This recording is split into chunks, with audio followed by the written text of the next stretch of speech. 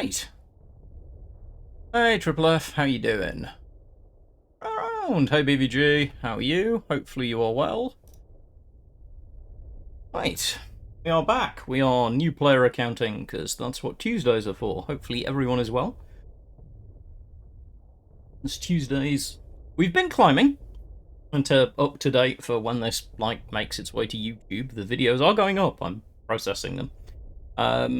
We've done our dailies every day, played a couple of drafts and some boot camp tournaments, and we're sitting at around rank 10,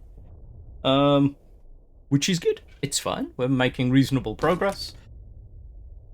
Collection is collection shaped. I mean, this is what a new player collection is traditionally going to look like, which is to say, relatively small.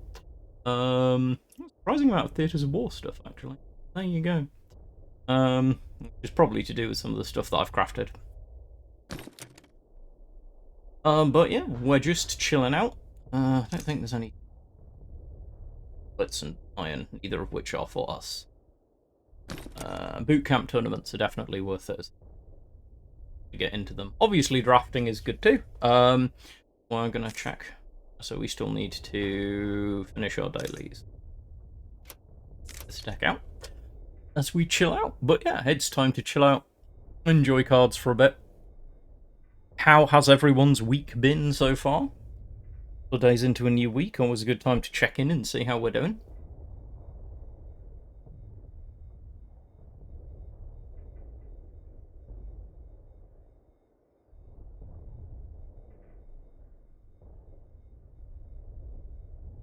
And keeping a wary eye on my stream information at of the issue Saturday stream dropping, which was delightful. But I think the tech sort. I have not as yet gotten around to the implementing the rewards point suggestions, but I do have them all written down. I just need some time to actually get them.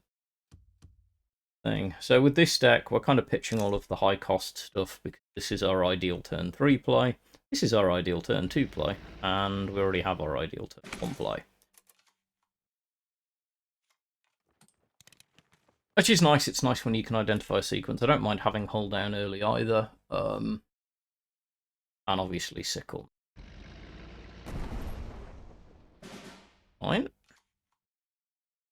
Hey, Henry.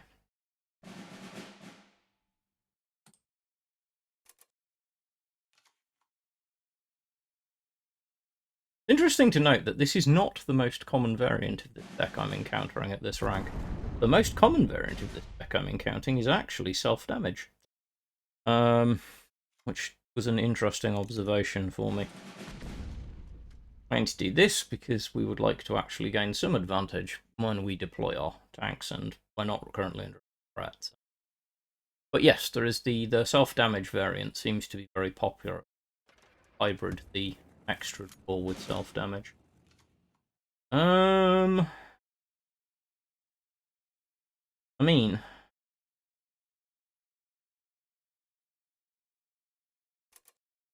we can trade this out. Veteran it. 15. We're going for the we like our non-targeted deployment effects method, but that's, you know, fine. We can just they have to find a way to deal with the SU.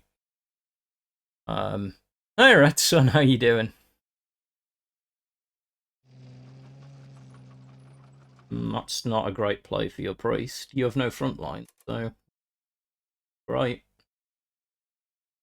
I mean, I await to see apologising for. As usual, try not to apologise for playing the game. Oh, I see.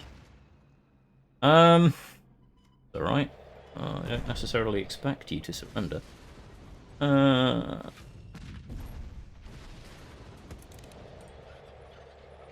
That's fine.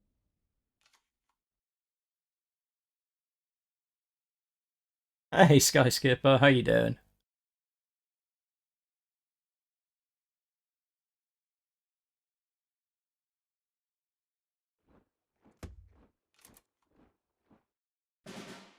Oh, it's Germans. Okay. find myself less concerned. Yeah. Relatively clinical.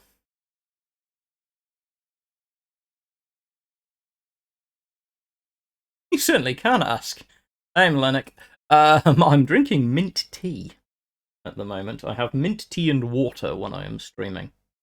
Are my usual drinks of choice. Unless I'm streaming like early in the morning, in which case coffee. But I don't drink coffee after noon. All. I won't say I don't do that ever, I just don't do it very often. Because sleep is important. But yes, it's just nice, simple mint tea.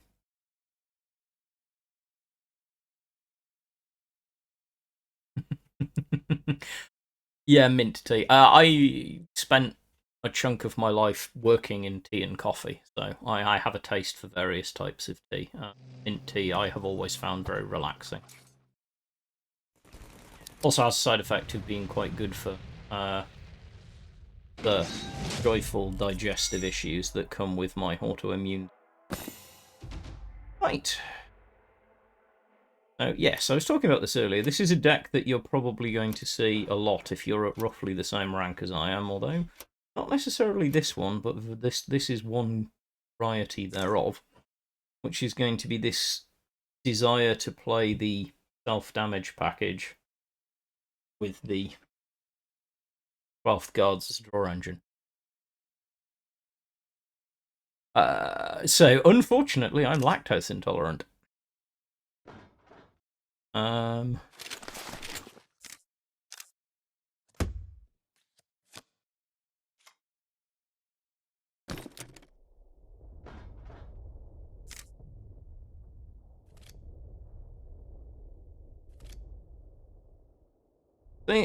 always wanted this card to actually be good. I always wanted Veteran to be. It's alright. Autoimmune diseases travel in packs. Like, it's just the way autoimmune diseases work. You can get one, you've got a higher chance of getting others. I've been celiac diagnosed. I was in my 20s. Lactose intolerance was diagnosed late 20s, early 30s. I've been restricted in diet most of my life. You get used to it. Bonus, trained as a chef when I was younger, which means that I'm used to cooking from fresh and breaking down ingredients and ideas. So we don't really struggle. I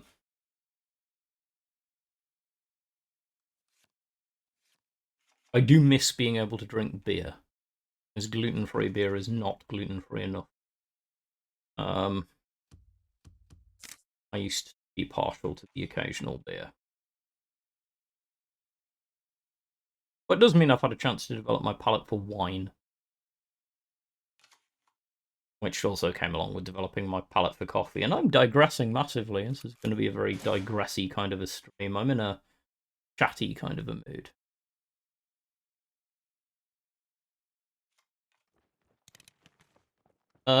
So interesting fact. Roughly 80% of the world's population is lactose intolerant. Because actually, genetically, human beings were never fundamentally meant to drink milk. Or consume wheat, for that matter. And things that we gained as we progressed. There's a whole evolutionary thing on it.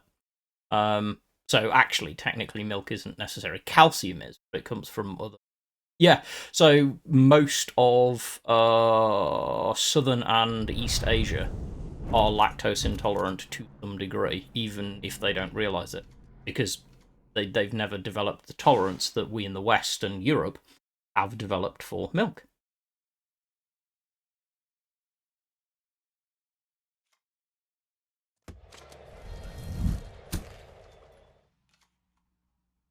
I am a fountain of utterly useless information.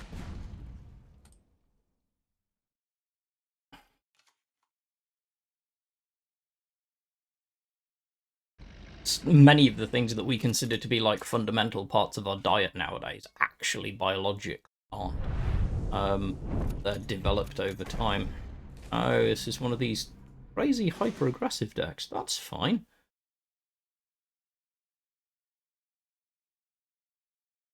Correct, Baron von Glower. The difference in mechanics is relatively small, actually, between the two of them. An entirely accurate statement. Right. So we can get them off the front line. But yes, goat milk is. I mean, if we're going into fun facts about human in comparison, you can go. Indeed. That's a pretty standard statement. I don't like that. We don't like that at all, but we can deal with it. Going to be a question of how. So our opponent doesn't currently have reach. We don't have anything with blitz that we can actually get on the ground. Overrun. You can do interesting things with overrun. Certain. This goes down. This goes down so that next starts. Our opponent either has 5 direct damage to HQ or they don't. But the main thing we want is the ability to spread out the Shibata, which is fine.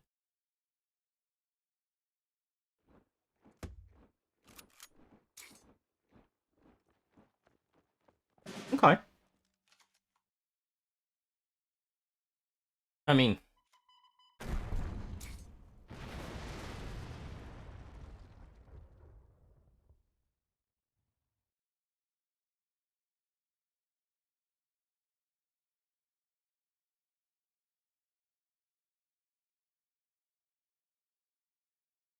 let's put you right now. I think it'd be drop this. Buff this. Annoying, but we need to get rid of the Shibata. Done. This. We're going to overdraw, but there's not a lot we can do about it. Yeah, Garrison is one way of doing it. I mean, any form of guards overrun is theoretically doable as kind of a positional slash work to a method.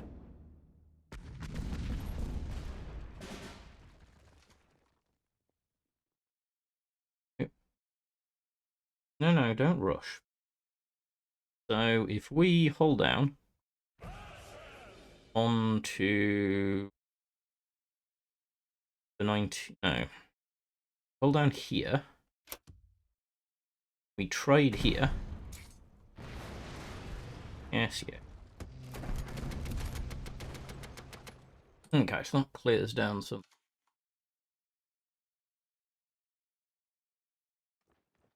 Blackwatch. Potentially. Or the Garrison Fury unit. Two different ones. So we trade out Winter Regiment for certain. I'd be very grateful to see certain cards right now, but first thing we're going to do, give this shock.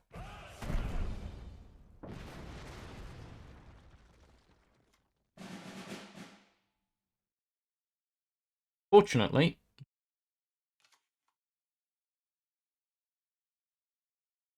yeah, I honestly don't know. It's a good question, though. So we need to either find some heal or go wide. We don't have a lot of heal. You have guard. The aim here, by the way, is just to put lots of stats on. Because we have to hope that this doesn't hit our HQ. Do. Best ally would.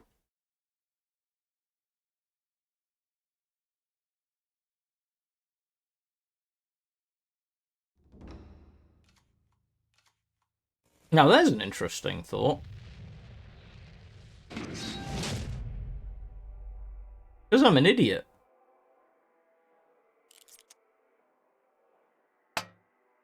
Actually. Because I am, in fact, insane.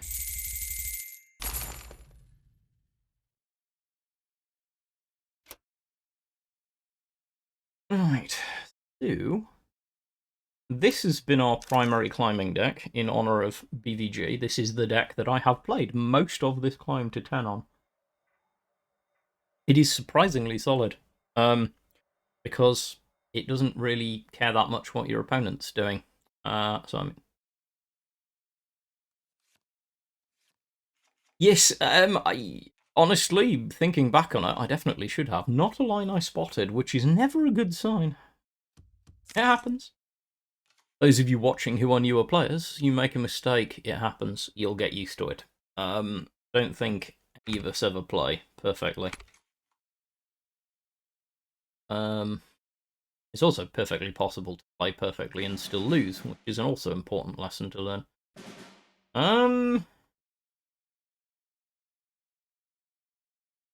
Early J, fair enough. Don't like it, but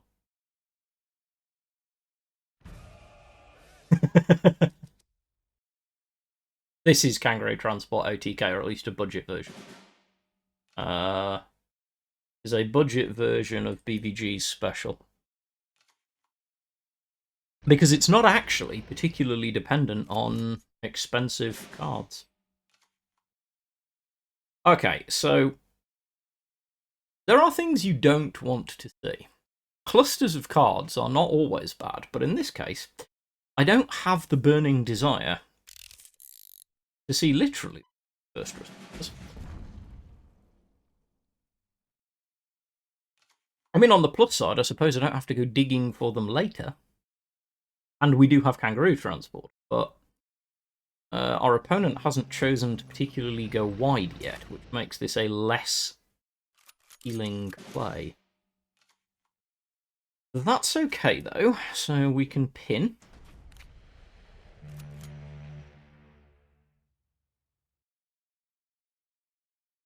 The only way the O2K works without having to be too dependent on a big board state is to have access to an additional buff, and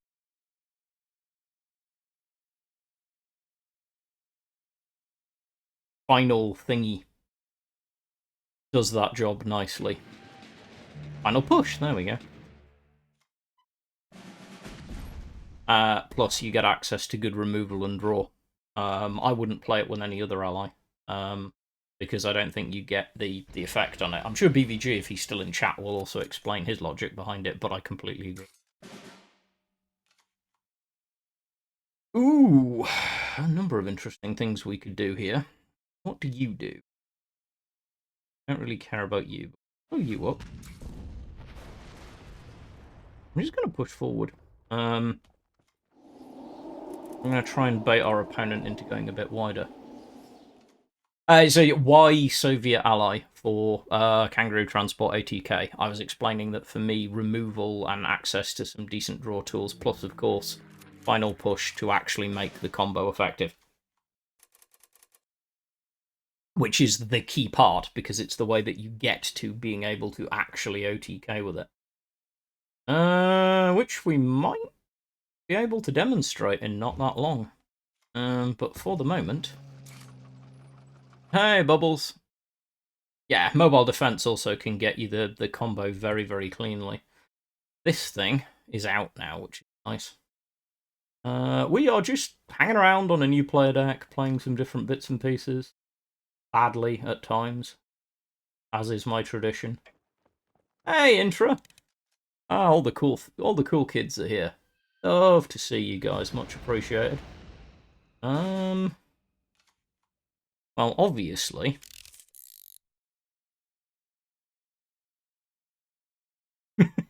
Don't be mean. Intra's cool in my books. Do I even care enough?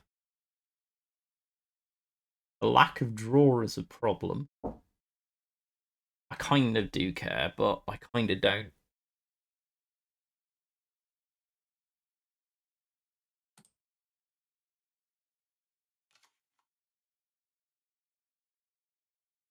Indeed, got to rep Team Heavy. Sure. So, cheap tanks incoming. That's okay. We need draw, which we have a lot of in this. Responders is good. Snowstorm is alright, I guess.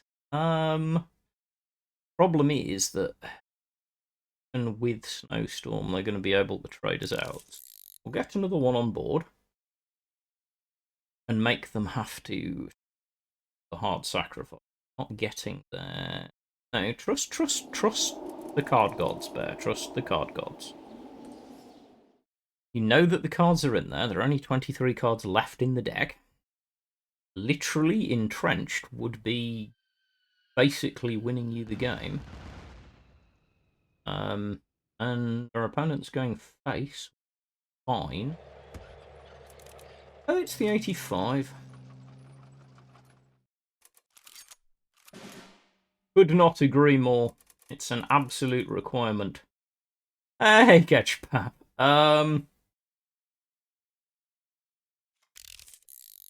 All I can do right now is, as BVG, play with belief. I can also push up a... push up this...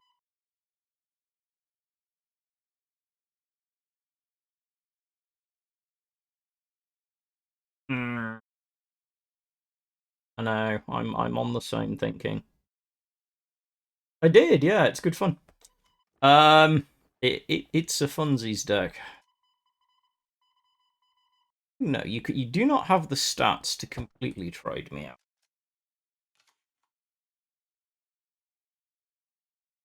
This list does not lack draw. We are lacking draw in this match. This list runs 4 copies of Convoy. Do we have Monty in here? I don't know whether I've got it on this account, but we have a ton of draw in here. We're just not finding it. We've also got the draw based off guards. We have the draw. It's just on there. I kind of knew we were in for this when we drew all 4 of our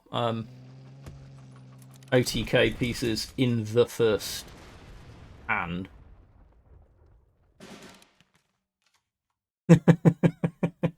I'm aware.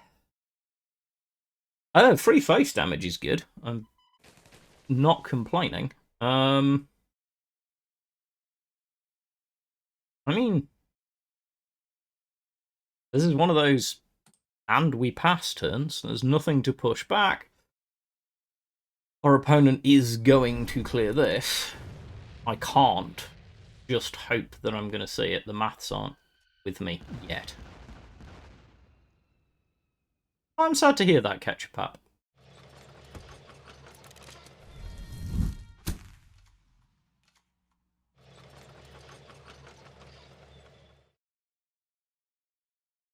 Yeah, you're not entirely. Oh dear. Okay. Glamour boys. I said glamour boys. Okay, once more with feeling.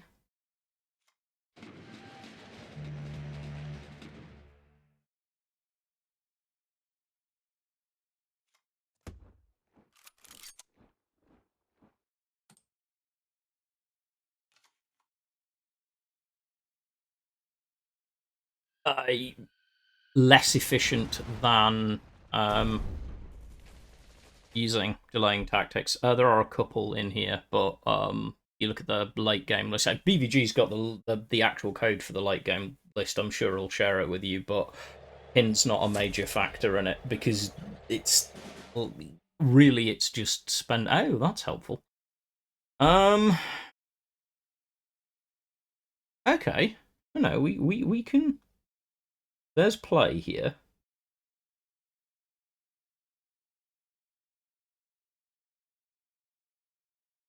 No, there isn't. There was. No, there isn't.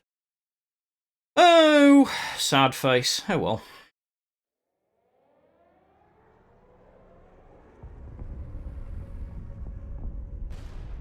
I will see if I can actually pull the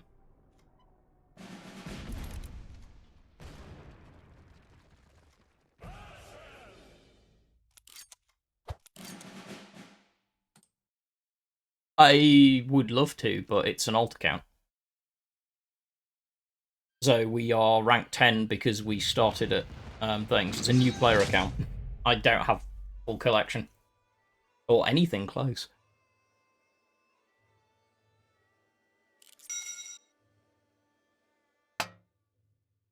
National Fire Service is a possibility, though.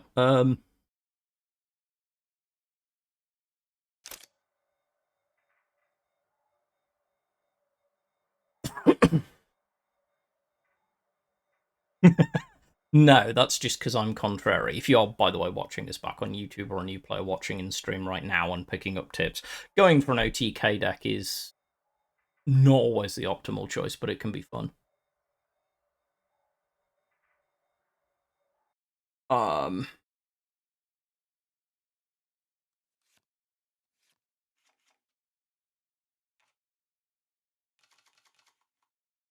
Yeah, Pauper decks are always fun to play around with. I've enjoyed my Pauper run.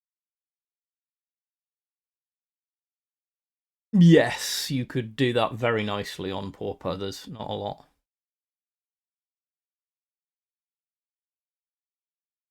Son of Sun.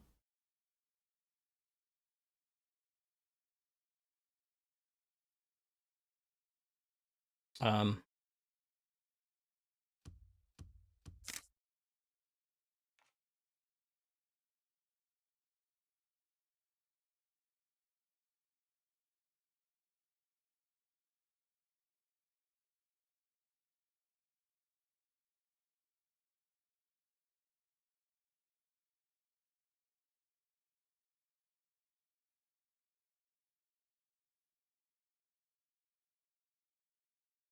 Red Dwarf would be a good choice too. I love Red. I've not watched Red Dwarf in ages.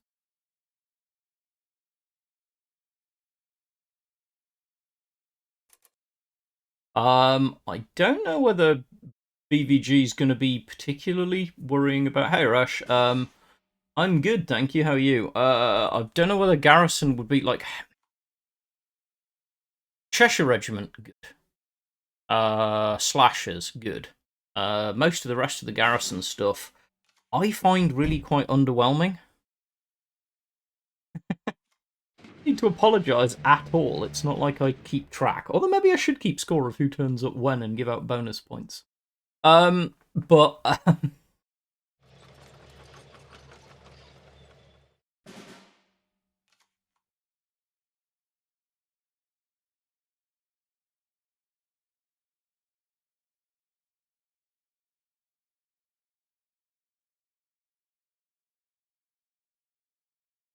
I prefer the spelling with the Red Dork. Also a possibility. I mean, a little harsh, perhaps. I'm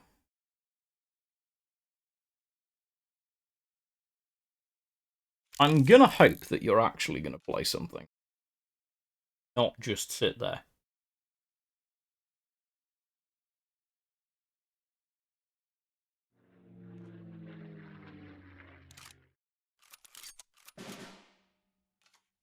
BVG! I love your knowledge because it is terrifyingly close to mine. Indeed. That's. Oh dear. Oh, that tickles me. Yes, Darling Violetta. It's some good music, actually, for that sort of stuff. And Vampire the Masquerade Bloodlines is, or was, an extraordinary video game, and I know they're doing a follow-up.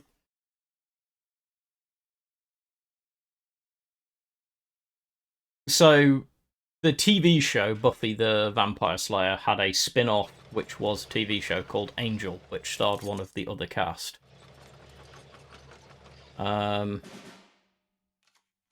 And Darling Violetta provided the theme music. They are very cool.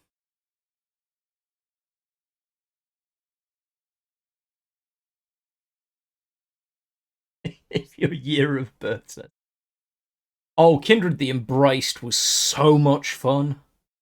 I binged the life out of that, but then I also was, unsurprisingly, an early player of the actual tabletop RPG. Fun fact, up until not that long ago, I had signed copies of one of the editions of it, which I then sold because I wasn't using them. But I still have copies of the various RPGs around, and the TV show was very fun. Bit ridiculous in places, but very fun. If you're into that kind of jank, though, look up a British TV show called Ultraviolet. Really interesting take on vampire hunting. We're not in any rush, so we'll just blow some stuff up.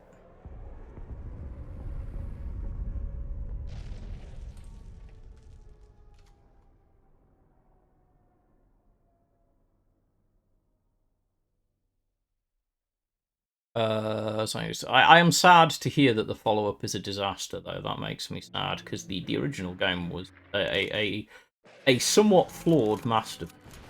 I really enjoyed it. I really don't like Bomber. Okay. That's fine. We just need to survive and remove one of these this turn, cycling our hand.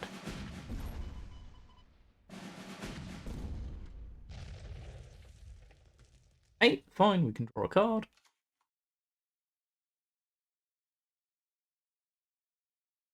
It was a very, very good game.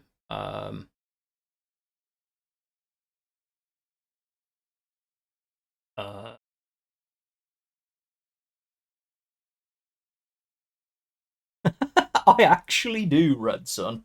Someone was watching that around me. A little after my time, I think. But I do remember its existence.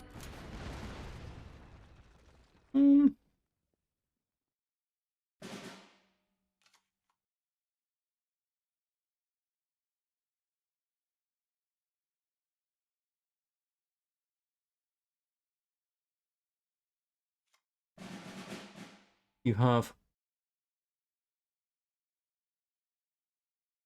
It would appear literally no desire to take the front line.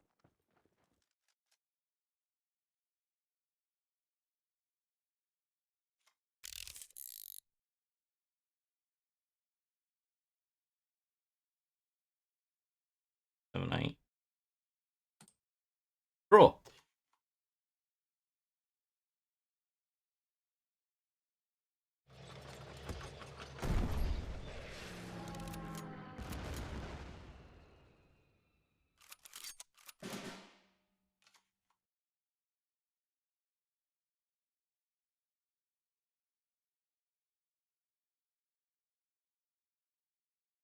We have this, right? Yes. Yes, we do. Okay. So, Kangaroo Transport brings us into the front line.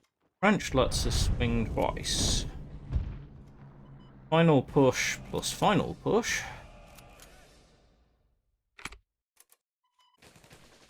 There we go.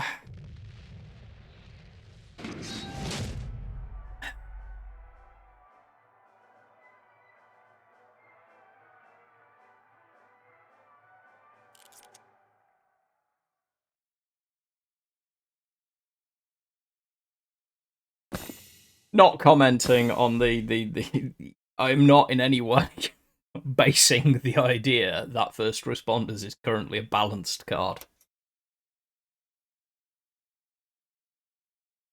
It's 8 at its best if you get the right proc. Around about 8 credits is the perfect OTK for me on this deck.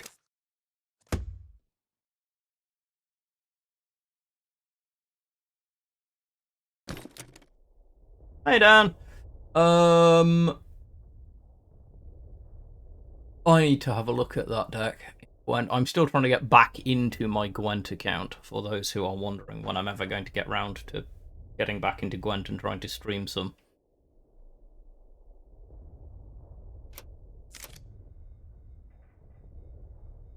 Yeah, I think so. I've seen some suggestions bounced about rebalancing.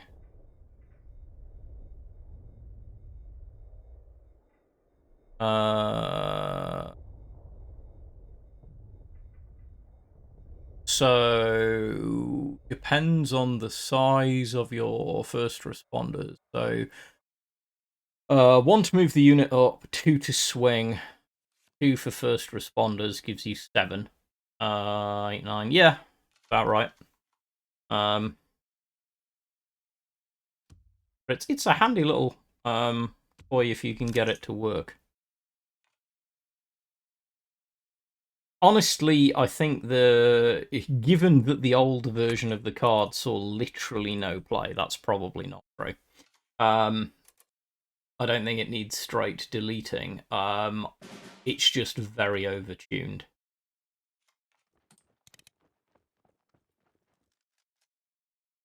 Which I said when I reviewed the balance patch announcement of it. Speaking of like overtuned and good things, let's give some stuff away. So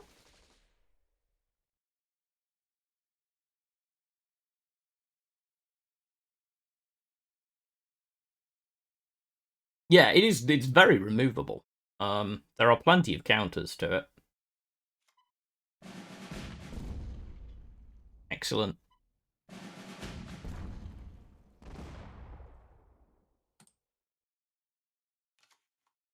The biggest issue is when you go against a deck that goes wide and you get an insanely big unit, but you can still pop it for 1 card. Got 3 giveaways this evening, each of which is, I believe, let me check my spreadsheet. Yeah, each giveaway is a Blood and Iron standard pack and a draft ticket.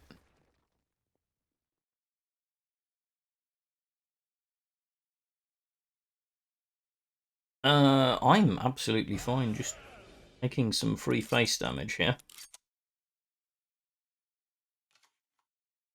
Yeah, 100% Sky. I'll drop it after this match. There's plenty of things you can change in this deck. Very, very clear. Do I want to burn a final push just for the extra damage to really put our opponent under pressure? I really don't. Playing at the end. Let's turn up the heat. I'm kind of glad we did, actually. Okay. Hey, Super Lychee, glad to hear it as well. Nice to see you.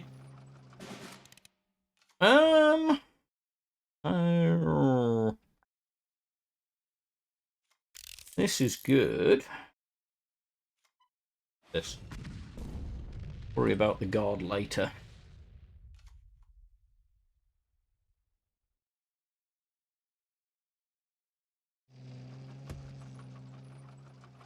Okay, so we're all in for big tanks. I'm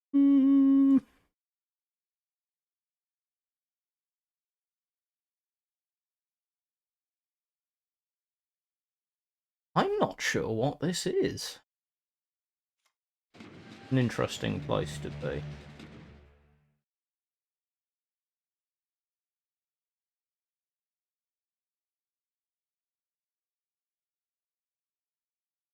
Yes, it's an again, timing charts. I know, I've heard it endlessly that, games like this don't really need timing charts, and I do understand that, but I'd so appreciate one. I like a timing chart.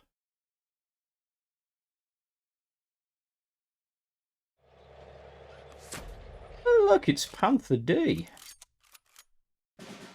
We are almost certainly completely and utterly doomed, chat.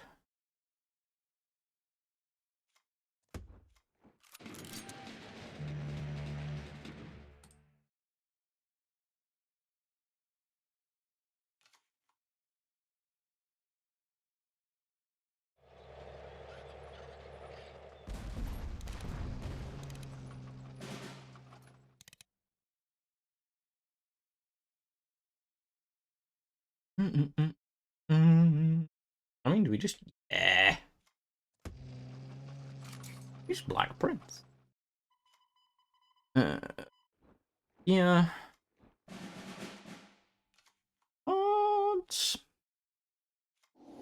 Make life very expensive. Yeah, right now Britain's defense set is very strong. And combined with certain archetypes, we are looking at you, Ramp. They can be very annoying.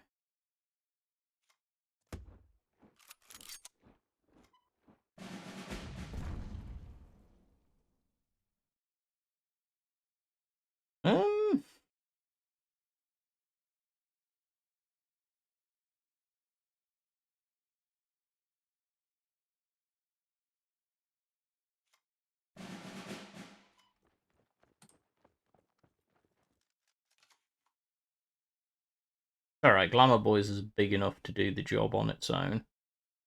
Because we can get it to 12 damage. We just need to get Kangaroo Transport. Right. That's the biggest issue. Thank you so much for the follow, Backstow.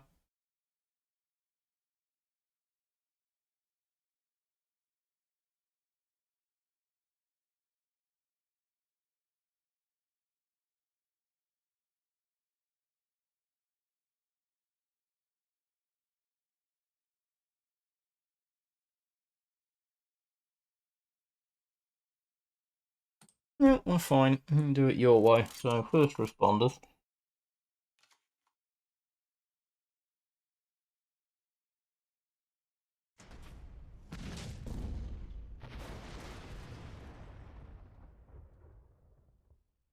That's kind of okay. So, what we love to see is some draw. Mobile defense isn't great, but at least it makes life awkward.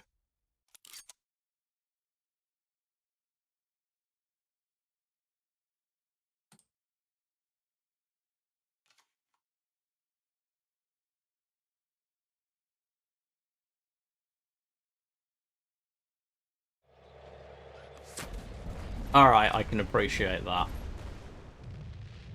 I like a mouse.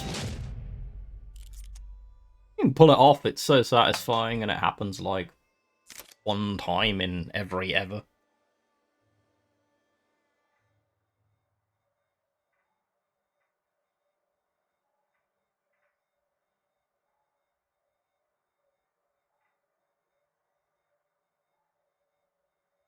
Mouse.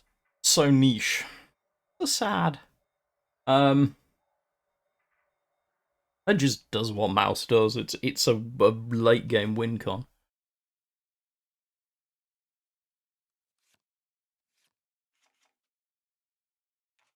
Resh, basically, I have downloaded and I'm in the process of going over and processing the first two videos, so I will put the VoDs of these onto YouTube relatively soon.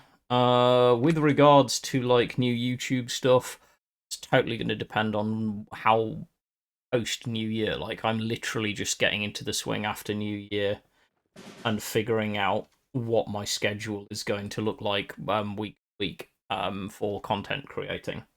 At the moment, to put it in context, at the moment it's something that I'll do when I have the time that I can cut free to it. But without sounding overly mercenary, the actual Twitch sub and general income from streaming and YouTubing, because I don't make any money from advertising because it doesn't work that way, doesn't give me enough room to justify extra channel. I again, Skip, these are all things I would love to do, but they'd have to be in a position whereby they actually paid effectively, which sounds terribly mercenary, but is true.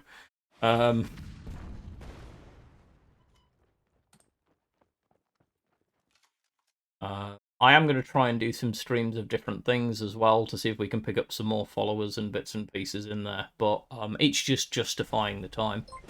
Much appreciated, Super Lychee. You are a very kind human for doing so. And again, Super Lychee and several other people shout out for the fact that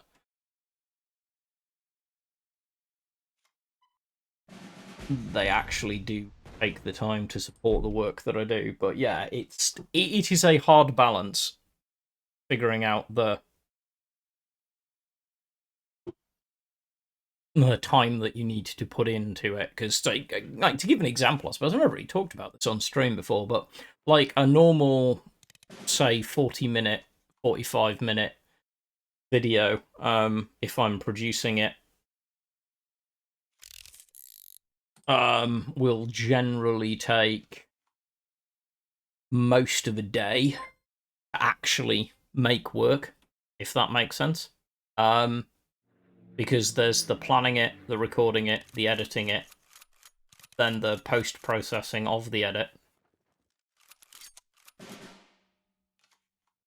Oh, now 2, 3, 4, 5. So we're not there yet. That's okay. We can remove this and draw. So we have the combo in hand. So we can go to 11 for 2. That's okay, we can provide another guard eventually. We were, I believe, 2 credits. I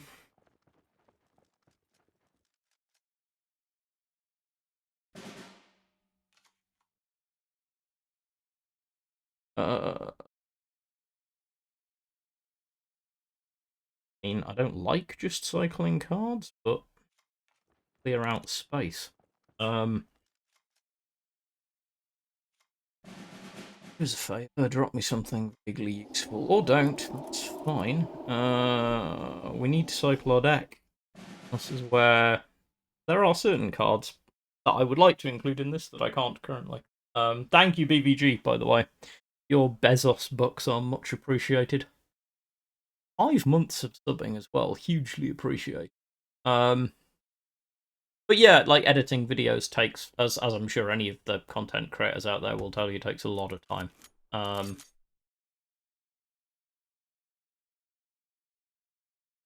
Like the perfect YouTuber reaches the point whereby you can pay an editor.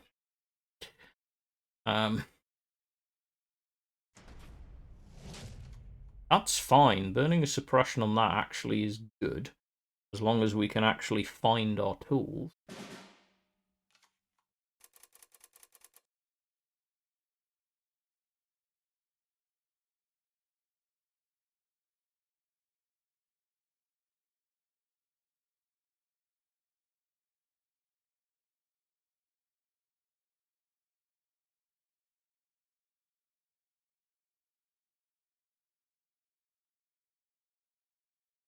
Do the. I think we just snowstorm to limit it and wait for draw to happen. Yeah, I mean, Red Sun's the other end of the spectrum as well, because Sonny, I know you put a lot of effort into editing your run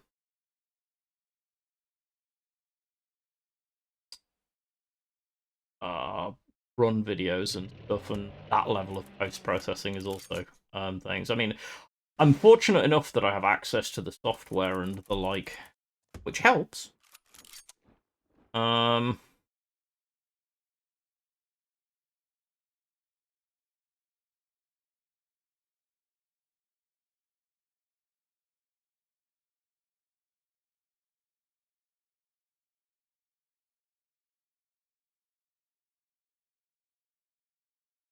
Ouch. Yeah.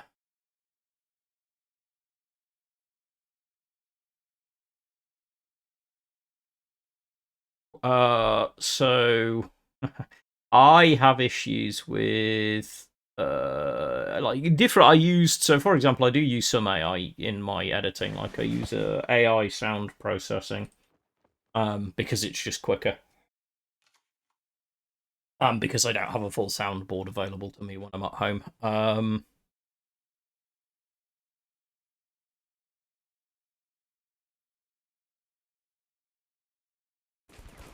what I'm a great believer in.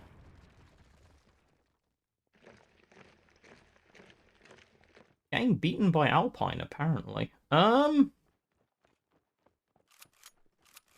could pull off such a big swing if we could just find the cards.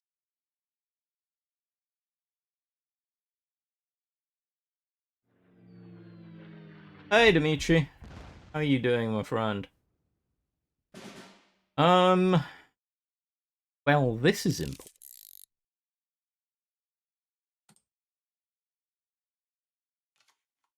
And yes, they are indeed. Red Suns are kind of mini movies and stuff, which is really cool. And I think you have to find a sort of comfortable mid-level point with it all. Yeah, pretty much. Even more so now.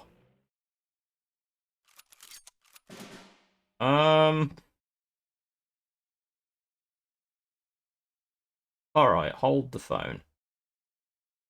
So we need to find delaying tactics. Okay.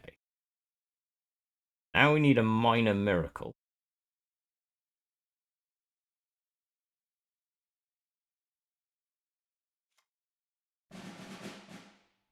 Nope. Okay, so we can do it a different way.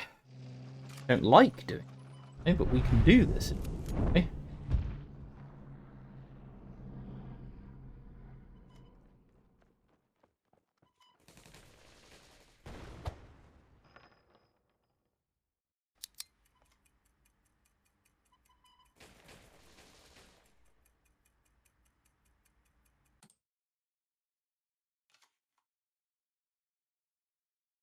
I have mid-journey issues.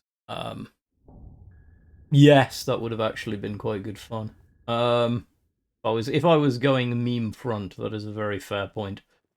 I have mid-journey issues because of the way that they source their art.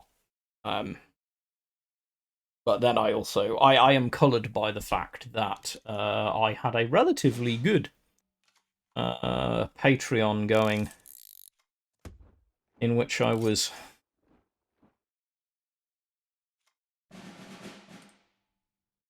designing, sharing, and making available maps for TTRPGs, which died due to the use of programs like Midjourney, which are scanning my own work and then getting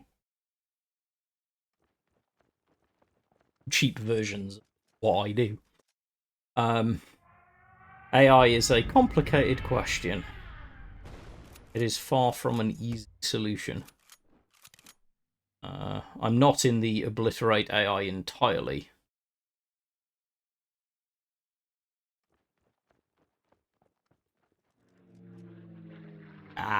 Someone's going to beat me to it. 9 cost bomber.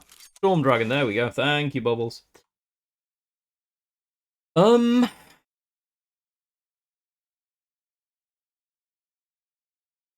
mean, I guess we pin the bomber just for the health.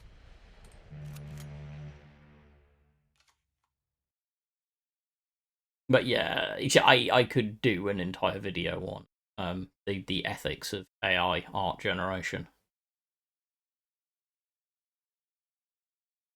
It's very cool what it can do.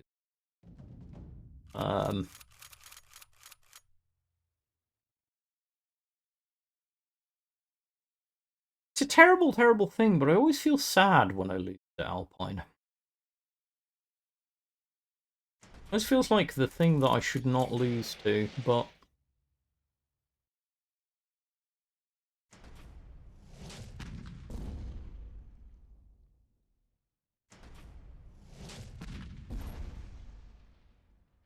This is an extremely long walk to guard. Nice, though.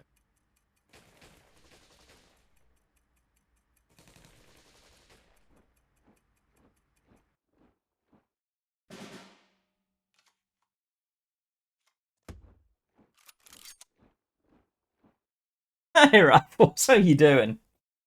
And actual Raffles is still up there. Hanging out. Raffles and Raffles the Rat. Always good to see you, man. You're arriving at a very disappointing time in which we're about to be utterly obliterated, but that's okay. Not too bad at all, thank you. It's been a decent start to the new year.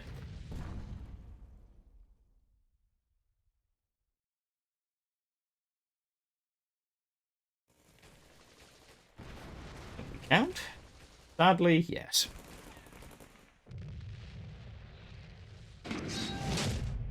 Yeah, time for a quick change of pace. Crack open. What else have we got going? Well, first of all, let's see who wins the first giveaway. So, you can give one last chance to get entered. Win yourself a Blood and Iron standard pack and a draft ticket. Delete this deck because it's in there because I'm looking at what the meta was at the moment. Hey, Radical Hippo.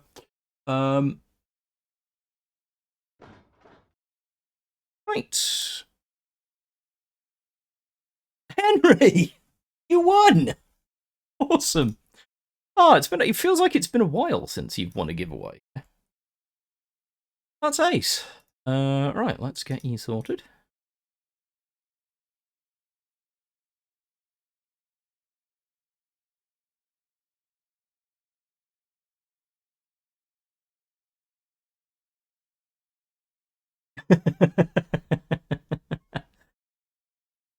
It feels like a while since Henry had that particularly good early run. There are 2 more giveaways, so we're all good. I am loaded for the month, which is nice. So, where are we actually nation rank-wise, which I occasionally like to check in on. So, 26 with Soviets, 23, 22, 24. So we could do with playing some Germany. Have we had snow up in York? Yes, we did. We had a fair chunk on the weekend. Oh, yes, they did. Thank you, Bubbles.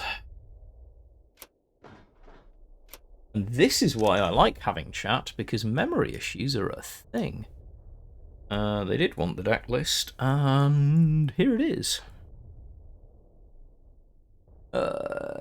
Pistols. For those wondering, that is the code for the little baby OTK deck, which, if nothing else, is a ton of fun to play. What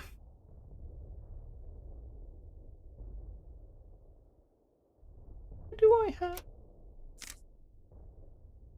Oh, I know why that's there. That's a little preview for those of you wondering if I am doing any on new player content. I am. This is one of my new player to aim for decks, which I had imported to have a look at. Let's try this.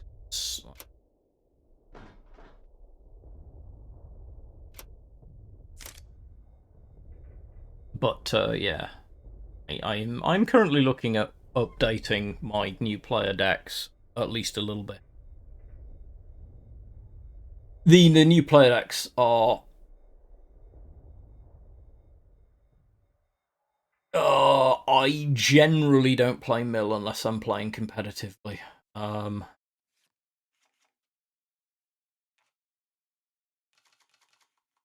But I probably also wouldn't run Japan. It'd be interesting to see what Japan mill would have to offer. But generally, honestly, if you wanted to play mill at the minute, I'd play Brit France mill.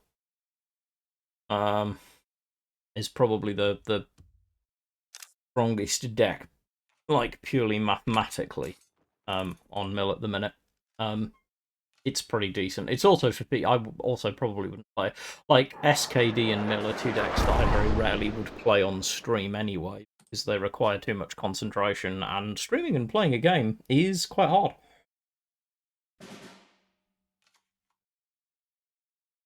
Yeah, just drop Stanley.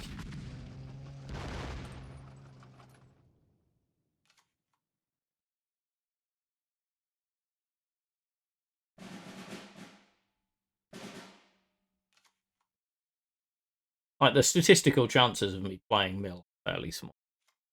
I'm not a massive... I personally have been known to enjoy it, but if I'm going to play control decks, there are a lot of people who are in that place, Lennox, but... and it's one I do understand.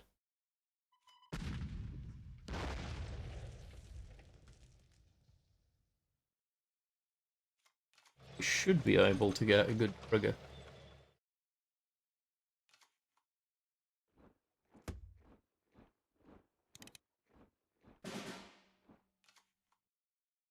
Have some good food, my friend. I hope it's tasty and good. Okay. That slightly changes. Disappointing, but it's fine.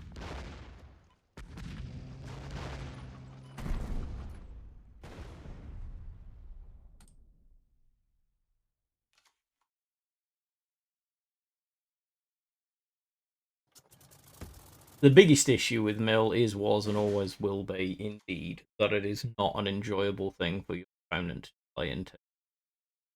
If you don't care that the opponent plays has fun, you should probably only play against the AI. Hot take, but I'm a great believer that if you don't account for the idea that it's a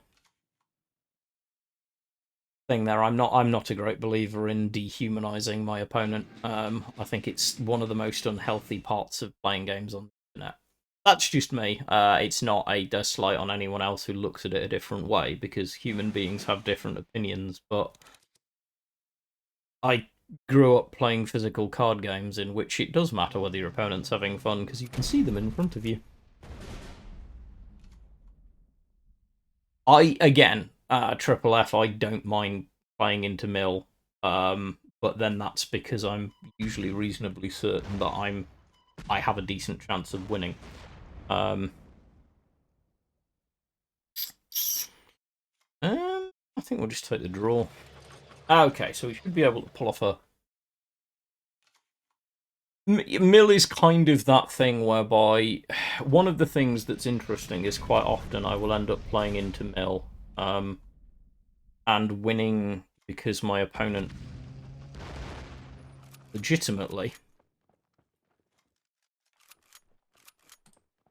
doesn't play optimally. Callie into this, by the way, is disgusting. Late game.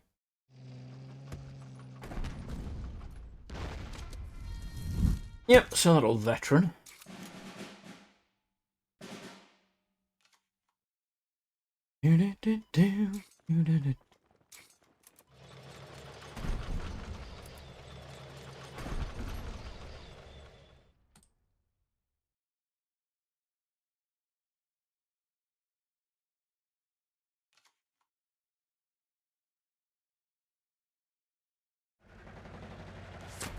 Wow.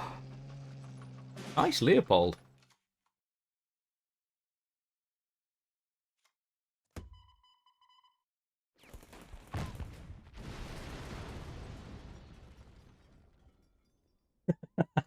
I mean, that's fair. I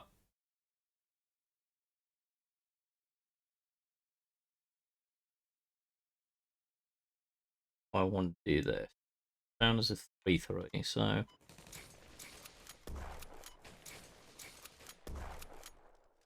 Yep.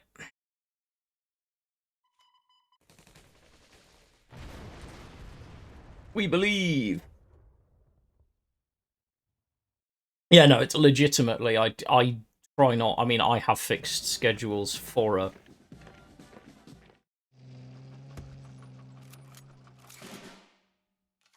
streaming because I am that kind of human being, but Redson is correct. Most of us really don't.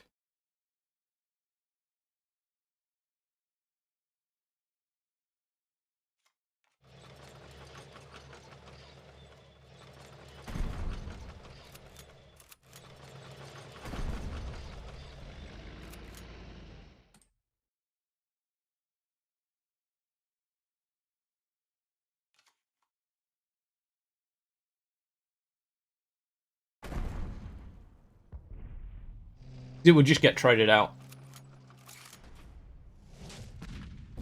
which gives them too much ease to actually then operate the tank. I was hoping it would hang around long enough for me to be able to get some buffs onto it. Because pushing it up doesn't actually threaten. No, I fully understand, Henry. I totally get the desire not to cross streams, as it were. But so no, Radical Hippo. The issue is that I would just be effectively sacrificing the infantry for no benefit, because it wouldn't trade well. They would be in a position to drop a positive trade.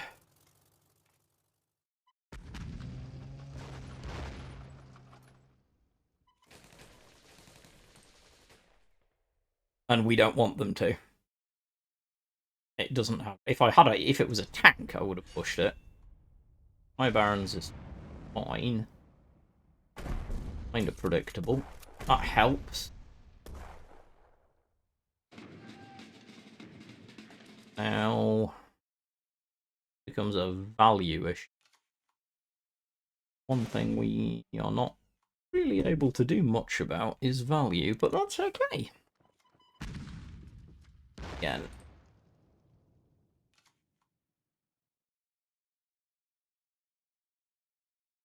But the issue here is that they could, if they know what they're doing, I'll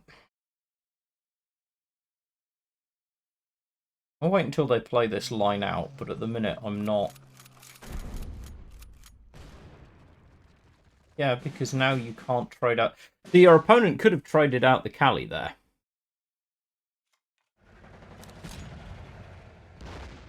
It's not likely to make a major difference, but our opponent could very easily have traded out the Cali there without playing the extra Blitz Doctrine for bigger stats. 2 8s does mean that's probably not going to matter unless we get Blitz unit. Sky Skipper, I'm long-term disabled, so I spend about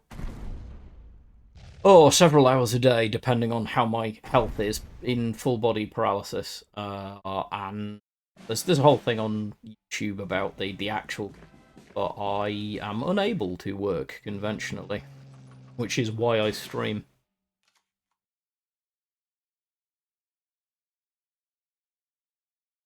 Well, I'll make a fist of it. If only I could. If I was well enough to rob a bank, that'd be nice.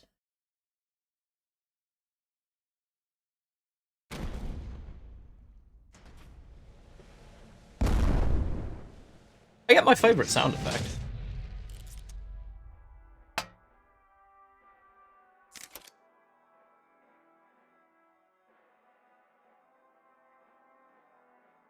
Which is always nice.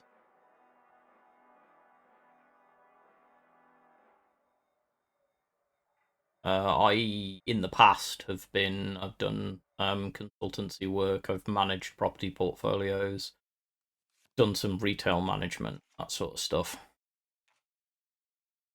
And also done some TTRPG design. Yes, unless I'm paralysed. Have to be a bit cautious, I can't have stairs. I am required to live in a house which is stairless, because if my paralysis can start with a point. Stairs are dangerous. Interested to see what you're doing. Yes. It is indeed. I live in a very nice bungalow. I just say house without stairs because not necessarily everyone's language has the word bungalow in it.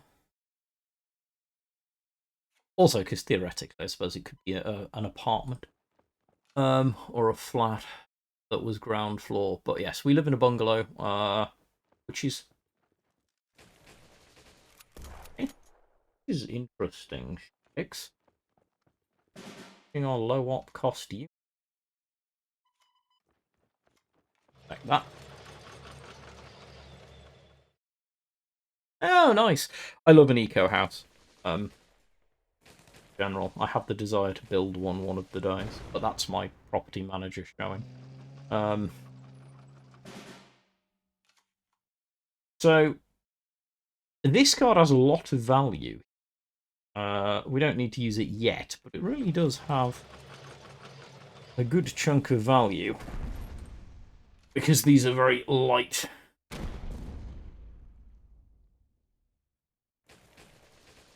I mean, so another fun fact: someone I used to work with, I spent some time. No, alternatives for walking are difficult. I have a friend who is several friends actually who are wheelchair bound, but yeah. I was going to say I have a friend. I have several friends who are wheelchair bound. It's not a fun experience. So, put this out.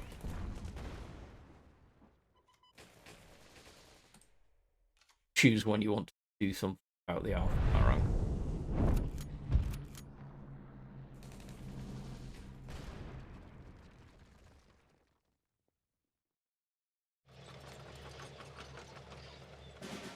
Oh, I can't remember the name of the plant, Bubbles, but I'm pretty certain that there is a very specific one that is an optimal choice for putting on eco roofs. Yes, I used to work for a housing support agency, so we provided housing for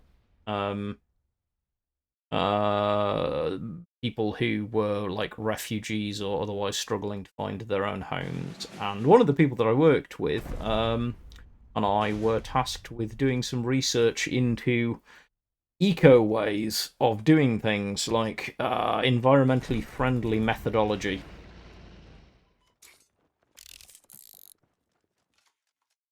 And we spent a lot of time looking at different things. But what was interesting is that one of the best insulation solutions we found had a drawback with regards to anyone who's in a wheelchair. So in this country, I would imagine in most countries, but specifically in this country, there are regulations on the size that your corridors have to be if you're going to have someone who's wheelchair bound in a house. You have to have specific width doors and corridors. There was a really good insulation option, but we couldn't take it up because applying it took just enough width off the interior walls that it would have made any house that was adapted for the disabled no longer adapted for the disabled. So the problem would have been that you would then have actually had to rebuild the house, but bigger, to then insulate it properly.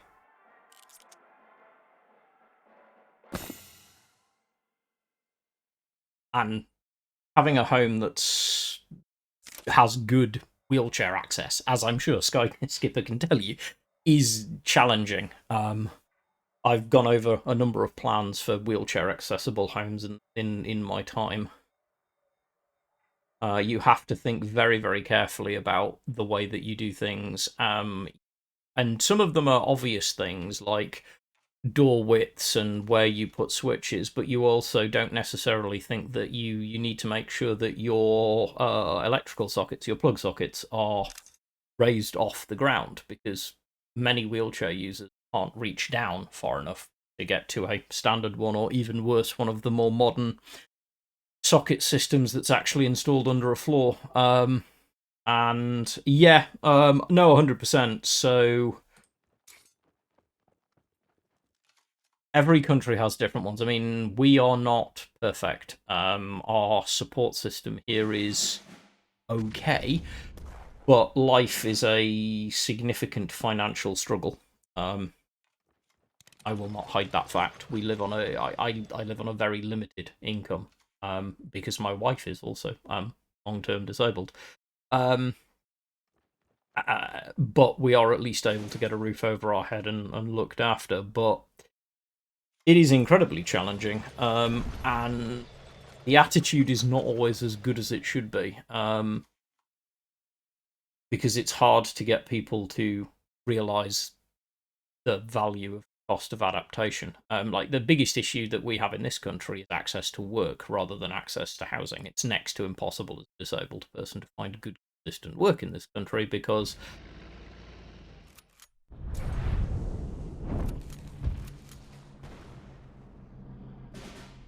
it's nice of you to say, but I mean, it's just life. I'm not the only person in the world who struggles and goes through things. And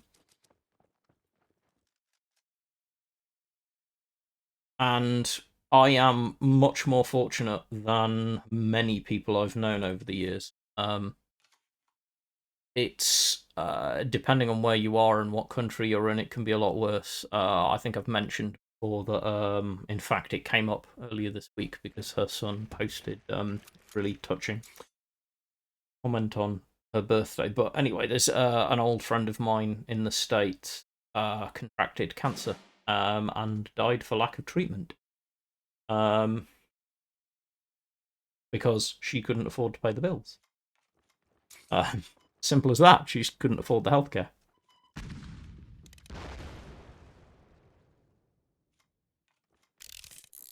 And that should never happen. It should never be acceptable.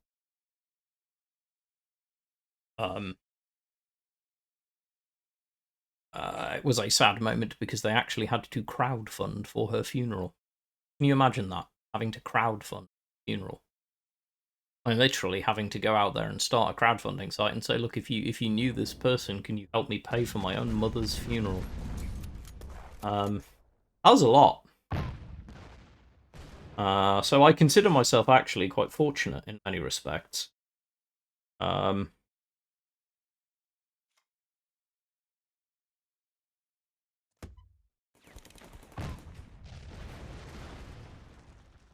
This a 5/5.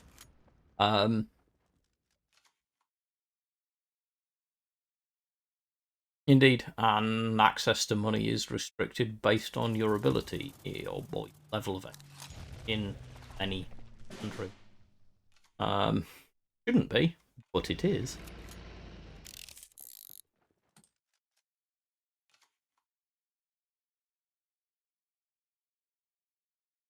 As I say, I'm very fortunate,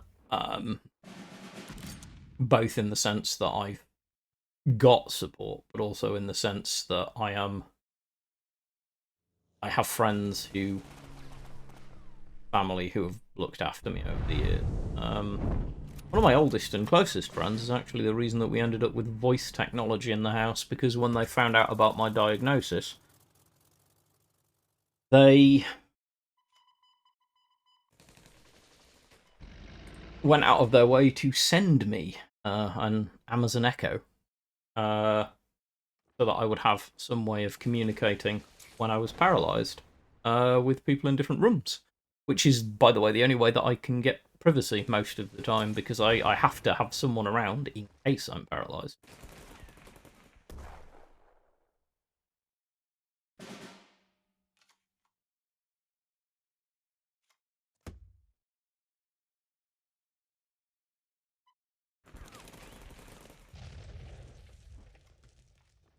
Oh, I sequenced that wrong. Never mind. So I have the two relevant illnesses. I have a laundry list, but functional neurological disorder and which is it's not a common illness, but a relatively common illness, and then an illness called gluten ataxia. Are the two things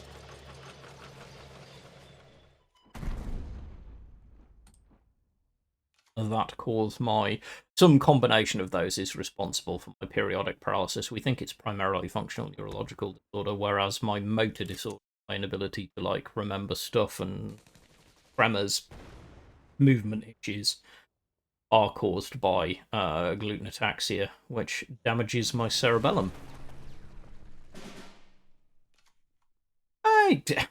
I'm more or less entirely an open book. That's sad. Okay, so we wait. You're going to need to reach and remove that Callie, because otherwise it's going to kill you. It's on YouTube. One of my latest YouTube pieces. One of my oldest friends, Neil, actually asked me a bunch of questions that you guys asked on Discord. And one of them was indeed about my illness. I quite enjoy talking more about it. Because I think the key is, if people don't understand it, then it just becomes ignored, and that's pretty much the worst way that things can go. I try not to be the kind of human who just keeps everything churned up inside on the assumption somehow that'll help. Unfortunately, this has gone south pretty quickly. Our opponent outvalued us.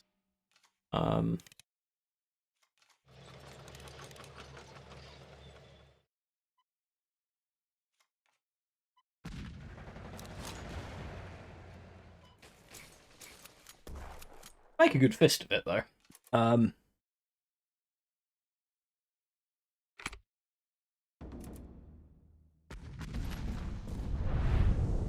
But yeah, I think a big part of it is being willing to talk about stuff makes it more likely that things can be done to improve people's lives.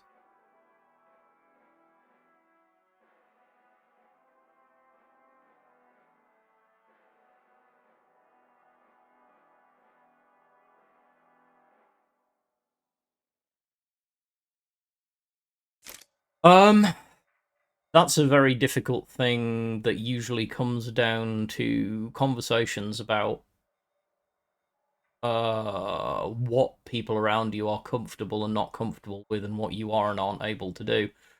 I do have an acquaintance who has very serious motor problems and needs someone to aid them completely with bathroom use, and they went through a lot of conversations to figure out the way that they wanted to do it, because a lot of it comes down to what works for you and the people around you personally, if that makes sense. Conversation is the place to start, is having an open and honest conversation. And like, as an example, a conversation was had when my wife was very, very ill, and we'd only been together like a year, and we'd gotten engaged.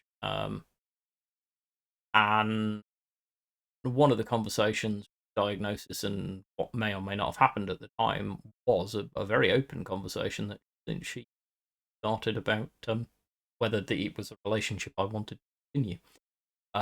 Did I want to be involved with that? And it's a similar conversation that my acquaintance had with the people around and cared for her. You have to have an honest conversation about what people are comfortable with, and be prepared to say things that are hard to say, which can be the most difficult part, is being willing to actually open up and say, look, this is what I'm concerned about. How do you feel about it? Is this in any way okay? How do you feel about the things that you have to do to care? Not going to say it's an easy conversation. It isn't. I mean, I went, obviously, I have a PA currently, looks after me through the daytimes. And when she first came to be interviewed to work for me, we had a lot of very long conversations about how she felt about the different things that she'd have to do and be part of in life. And that's not an easy thing to do, because a lot of the time you kind of don't want to have the conversation. I didn't. I legitimately didn't want to have that conversation at all.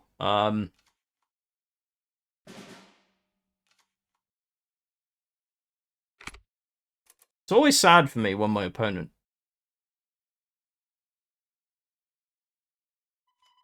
So, I have my wife, who is a carer for me, and I have a provided financial support through our government for a set number of hours a week that I can have for a carer. because my episodes of paralysis can come on at any time and leave me paralyzed within minutes. I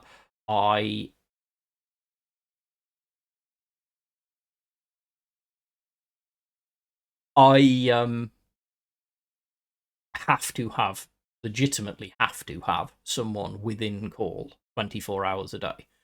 To the point whereby even if, for example, I'm in, like, there is a voice activated calling device in my bathroom because I have been paralyzed in a bath for a couple of hours because I went to take a long bath and nobody knew that I'd been paralyzed. It was before we had the support and help.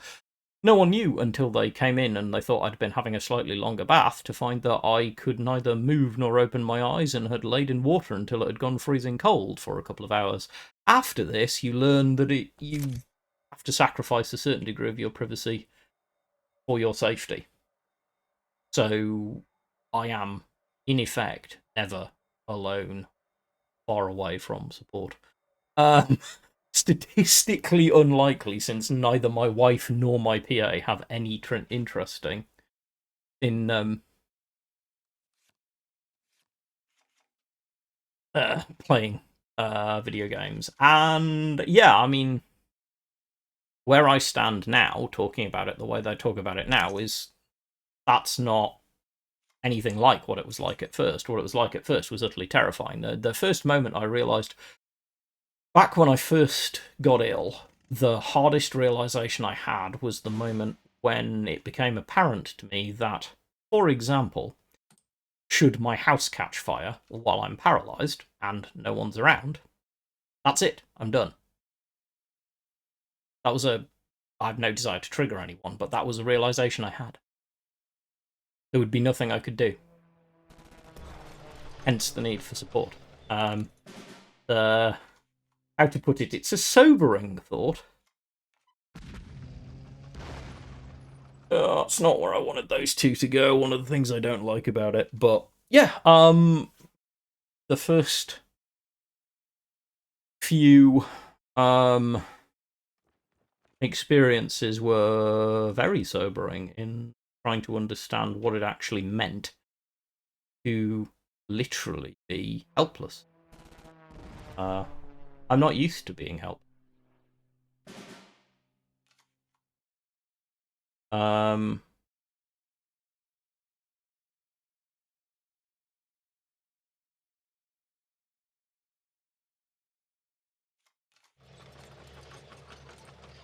I've spent most of my life kind of the opposite of helpless. I was very, very physically fit. I was an athlete. I was relatively successful and driven. I'm not going to lie, Bubbles, it did for a while. For a while, I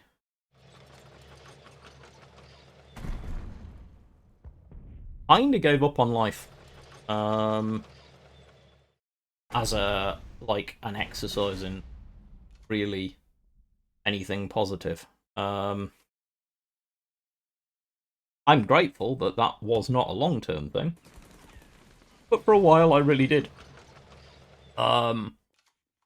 Early on, I was pretty much just unwilling to take risks, constantly stuck at home, and then I mean, in fairness, even earlier than that, I was doing some very, very stupid things.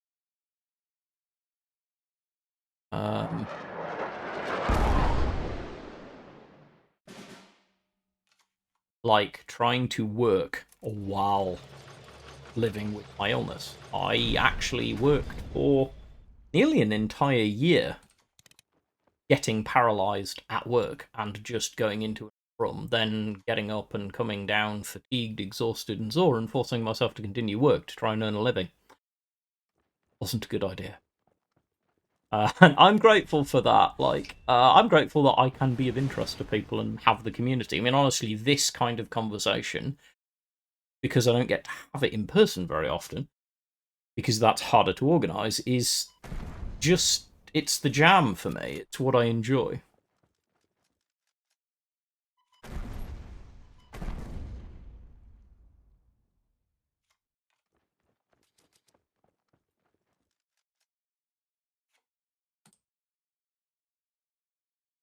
Yeah, I'd like to think that whatever shape the afterlife takes, if there is, I personally, I am I've never hidden that, but I respect I have many friends who don't. But if there is an afterlife, I'd like to think it will always be more positive. But I am glad. I'm also glad that you're painting nerdy miniatures, although I feel the urge to ask what flavour of nerdy miniature you're painting. Uh,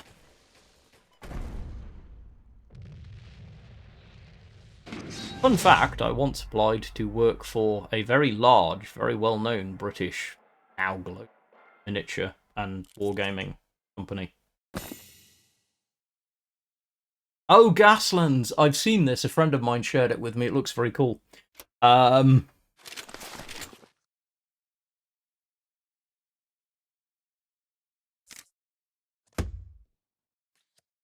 oh, nice.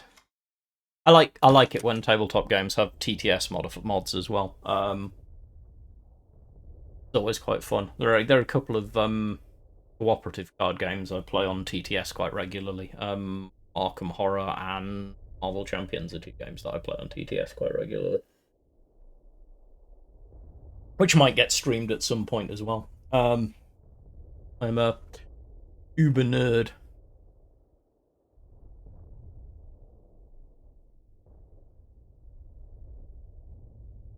I'm interested into which part of the Arkham files, Arkham Horror,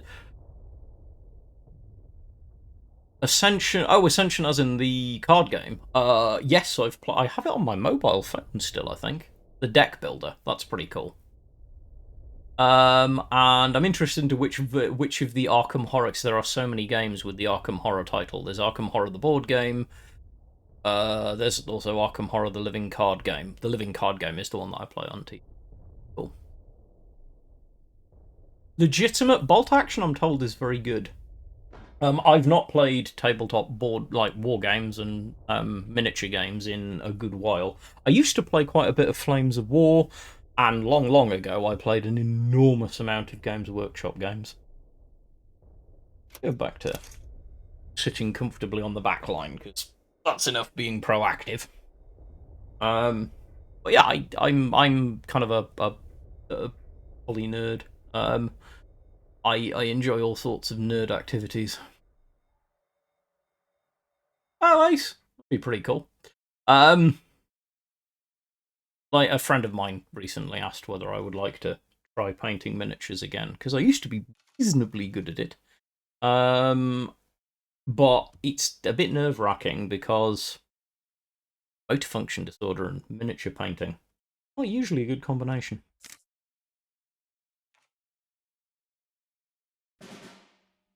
But tabletop games have been a huge part of my life. At some point, I need to hang out into the cards community for people who are interested in playing tabletop role-playing games and get some online role-playing games going. Uh, Take care, my friend. Look after yourself, and I hope things work out for you. And you always know where I am. I think it's a thing. I think where a lot of people who tend to play kind of card games and stuff like that also find themselves being general tabletop nerd fans. What do you do? Oh, it's air units. Um,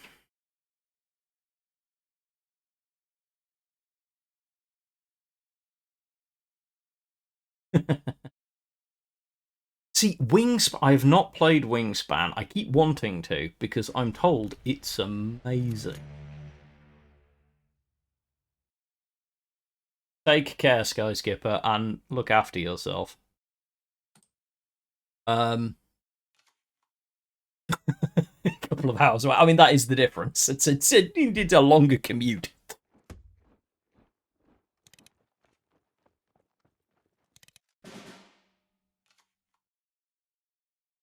No.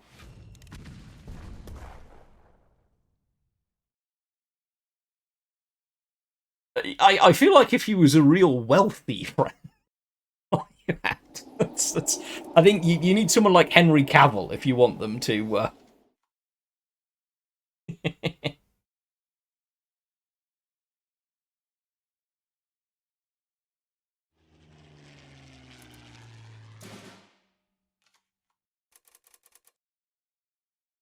Well, this is starting to get depressingly numeric. We just... Okay. We just give you some awkward board state to do.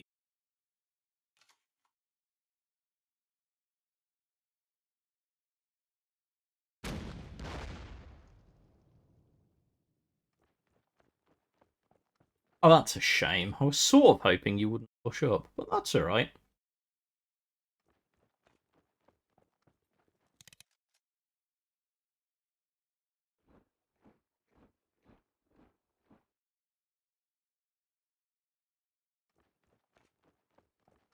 Okay, now would be an amazing time to top deck first responders. I'm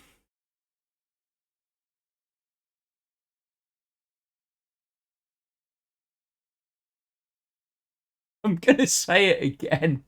It's almost certainly not the cricket that was the problem. There's good protein on bugs. I'm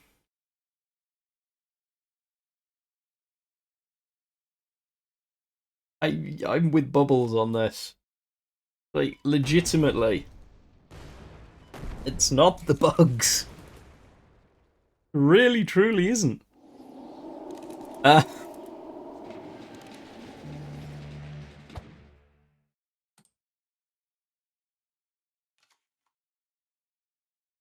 It's very possible that you have a reaction to one of the proactive ingredients in drinks, which is derivative from quinine, by the way, if that is the case and you do get it.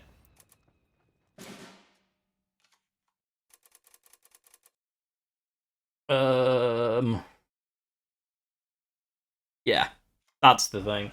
I can get that if you don't speak the language.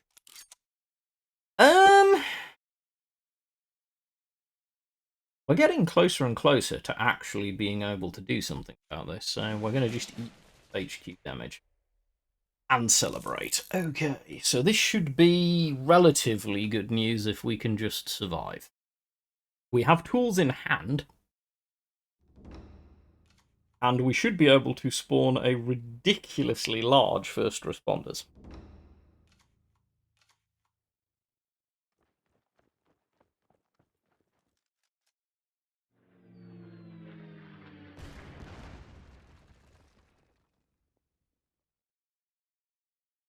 We need 9 credits, though, which we won't have. But we have a guard on the board already, so we might be able to do something relative, depending on what top deck.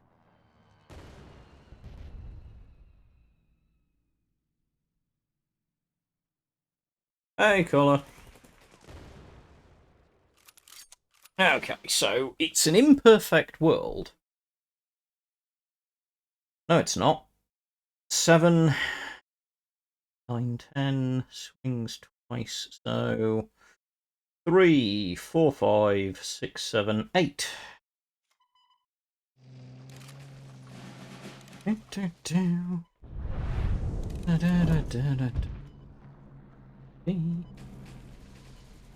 Oh, it's a beautiful thing when it works.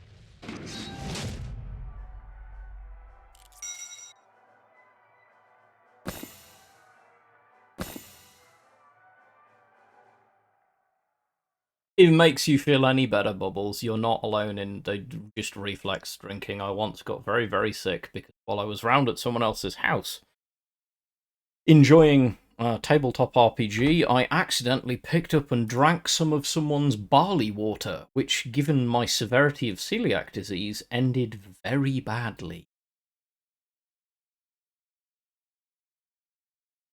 I shall celebrate my sorrow by giving Triple F some stuff.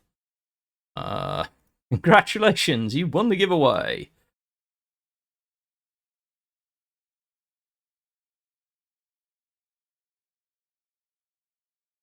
Puts you there. It's so much easier since I spreadsheeted all of this. And then there'll be one more at the end of the stream. I say there's something very chill about just talking about life with people. I appreciate you all a great deal. Thank you so kindly. Welcome along, raiders from afar. Possibly Priet being the appropriate greeting, but I don't actually. How are we all doing? Well, I hope. I see Cyrillic and assume, which is always a dangerous thing to do because we all know what assumption does.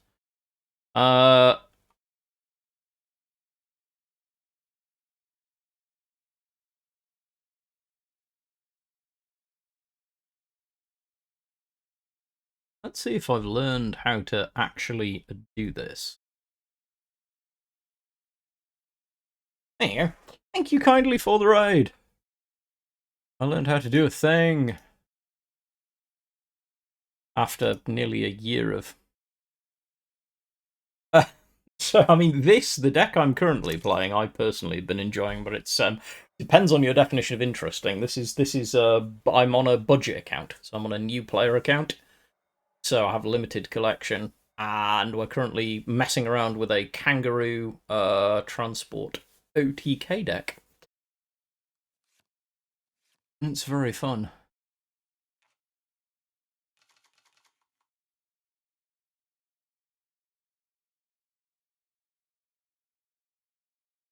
Nope. We'll keep you there.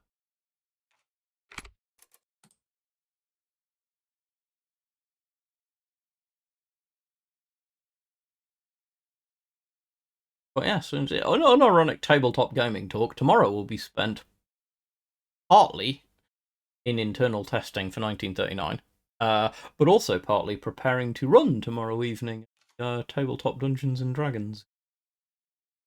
What I do on my is great. The budget version's good fun. If he's still about, Baron von Glower, the man responsible for the original Team Heavy video, is hanging about in chat.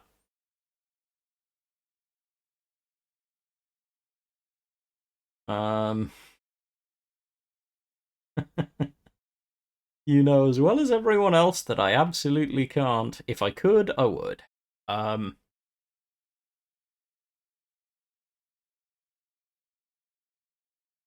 But yeah. I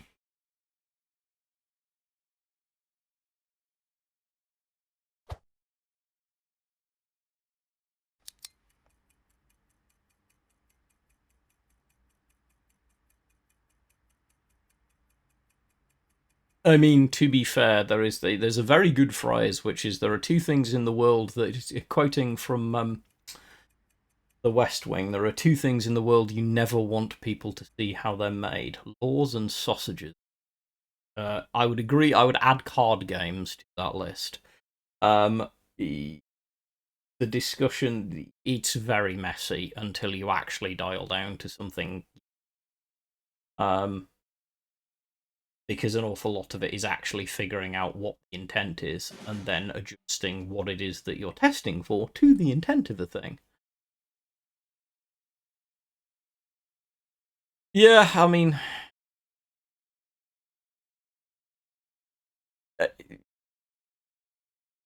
it's making me want. Actually, more specifically, it's making. I think I've got bacon left for dinner tomorrow. It's making it for some reason. I'm talking about sausages, and then I just want bacon.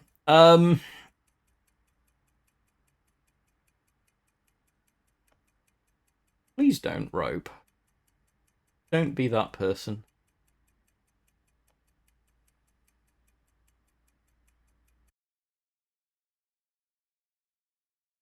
Um.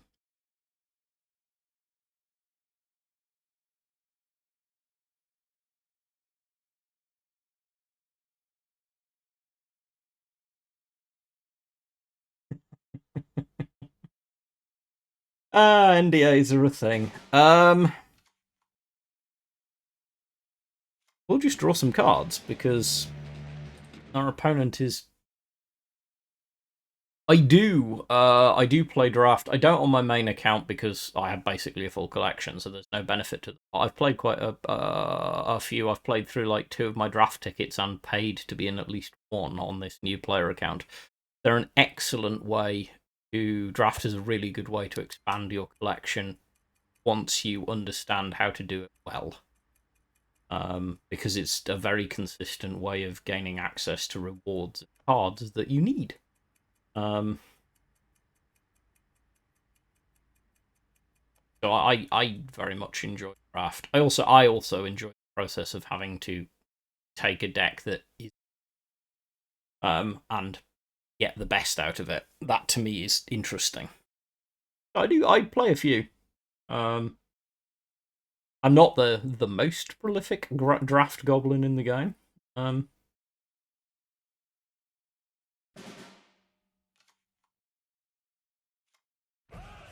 defend. Do. I'm really not quite sure what to make of what's happening. Sort of wondering if our opponent is playing mill, just waiting for units. But you don't want to start milling my deck this early, because timing matters. If you're playing the card that draws when I take the front line, not emptying your hand right now, or you're milling yourself. It's one of those moments where you're never quite sure what your opponent's doing, or whether this is. It's also, I don't know, maybe someone's handed their I mean, he appears to be. I'm sort of attempting. Yeah, I want to give the benefit of the doubt, but it's not really a thing at the minute. We are reaching report time. I try to be positive. I try to give it time. But either way, we get the win. And get to go up a rank, but that's not actually a useful way of demonstrating the deck to the people who are asking about British decks. Because I didn't do anything. I just put 2 units on the board and then my opponent exploded.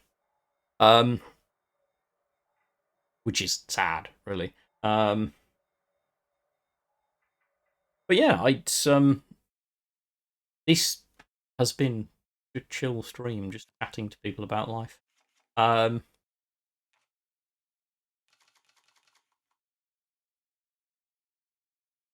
Nope. Probably nope. Definitely want to. I'd probably rather see stuff early. Cheshire's is alright. I really do need at some point to sit down and have another crack at making a Britain-Japan kind of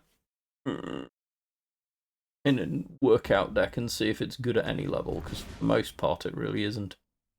In my testing so far, it's been largely awful. Is this a straight burn deck? Oh no, we've got guards. Okay.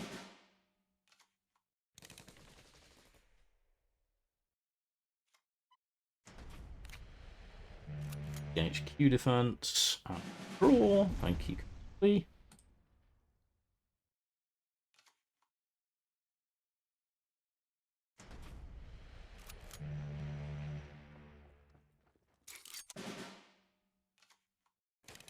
This is going to get interesting.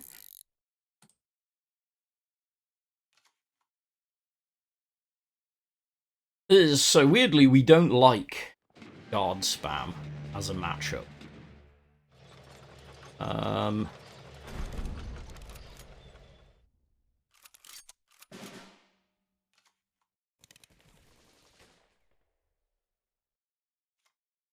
Mobile defense.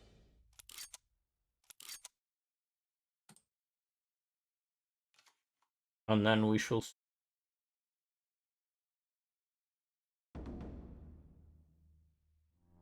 Oh, some winning, some losing. Long conversation about life and disability.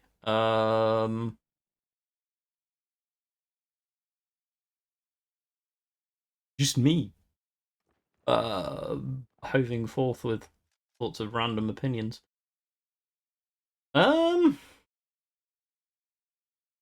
Wow, hang on a minute. I'm starting to sound like JK. I need to too much umming. But at the same time,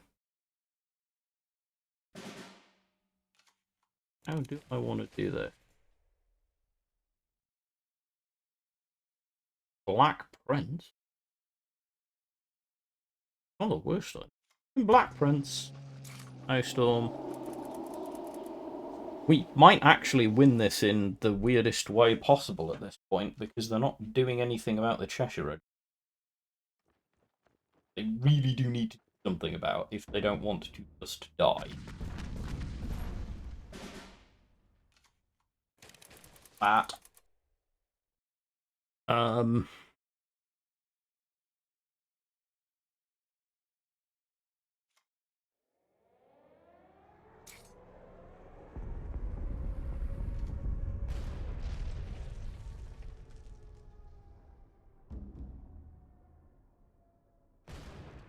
we go.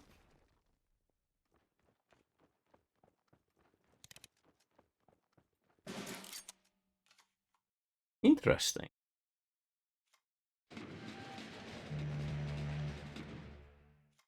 So,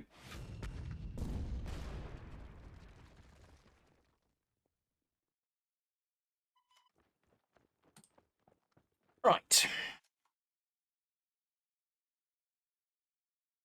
That was cute, though. I like them stealing our Cheshire. That was cool.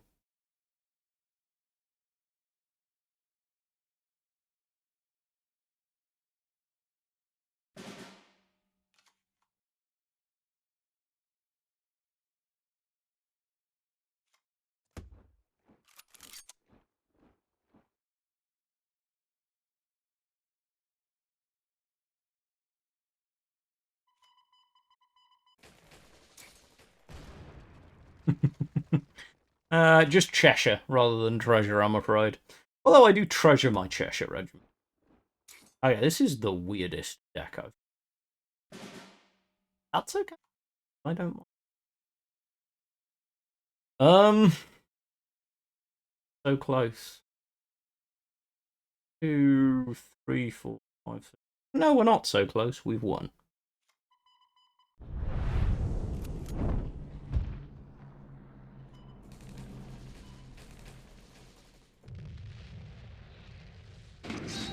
Paths. Even need kangaroo transport. Oh, I wonder if we can make it to rank 8 before we wrap the stream. That'd be cool. I still can't believe I've actually managed to rank up this on just a random OTK deck and actually really enjoy it as much as I have. Although I've hopped around because I want to do my dailies on different decks. I am sad to say US frontline really not that great at the minute, and Jagro kind of mid.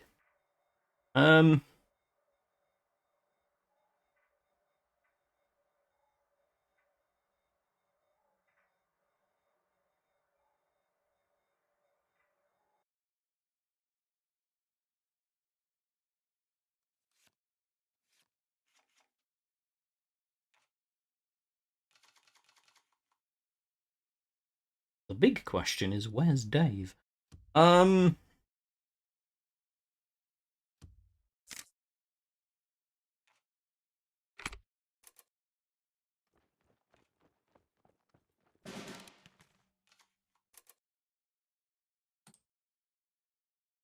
It's this.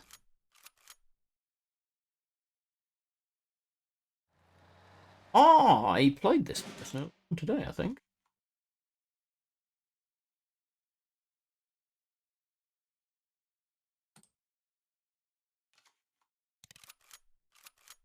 Or at least a very similar deck.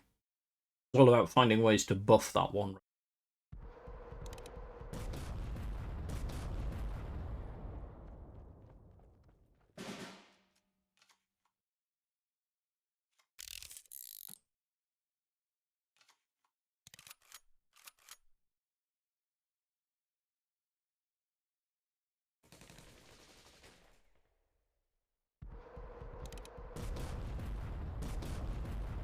This is we hopped off to a Germany deck, but yeah, we're back on a bit of classic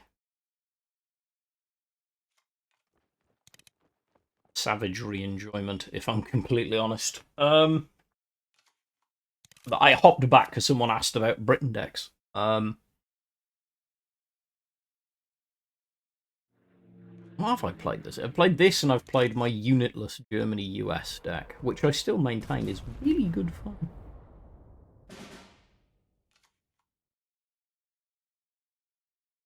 Hello, Julep. Have you along? And thank you kindly for the follow. Okay. We kind of need to do a thing just to get cards out of hand. That's unfortunate. I guess we sort of do this and then hope that we get cheap. Much. But that's okay.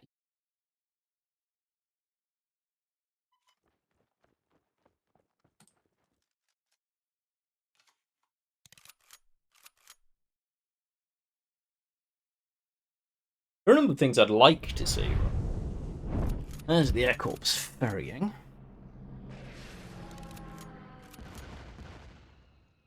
What I see a chunk more of.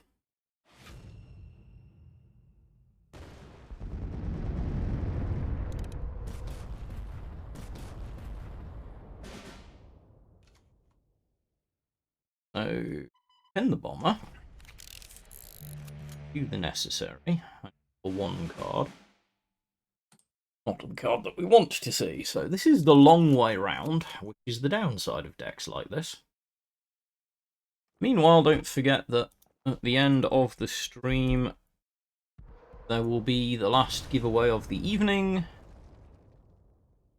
It's actually a free pack and a draft ticket. Ooh, yes, please, do that. Good. Carpet bombing and be done.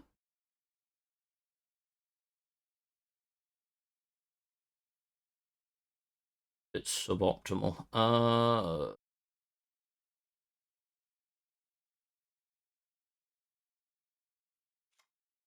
Here's a card. I can remove the guard. There's not a lot I can do about that. That's okay. To find them. And we need to clear cards from our hand so that we can actually, you know, do things.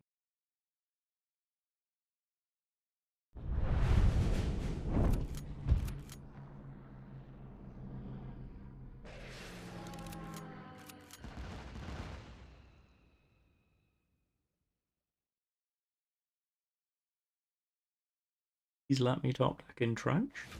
Oh no, one mind. So Glamour Boys out now. Because we've not actually.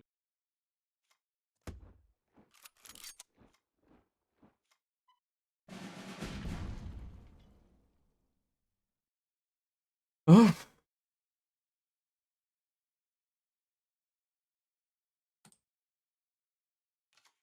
Not good.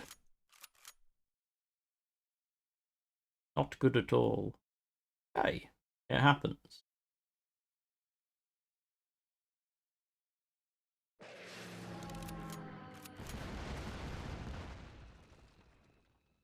Now I'm worried because it means no, they don't have. I was concerned for a minute.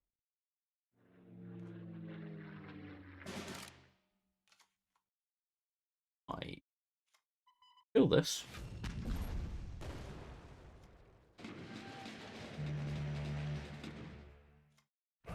We lose. Not a lot we can do about that. Our opponent will almost certainly not be foolish enough to try and draw this out. If they are, they're basically committing suicide. Ooh, we get a reward. Handy. Would have been nice to have had a win. However, yeah, Hampton. Oh, gold as well. I like the levelling up part. Having a collection where a new card matters. Though this is not a new card that matters massively. I'm sad to say. It's still not a good card. What was good, however, was your company and that stream. We have one more giveaway to do, so... Fresh! Congratulations. We'll send that momentarily, in all likelihood, because I will drop these when I wrap the stream in a minute into Henry Triple F and Arash's inboxes with your codes for your packs and draft tickets. We're off to see the magical story of Twitch. So nobody is currently live. Oh, awesome. So make sure that you give Redson a follow.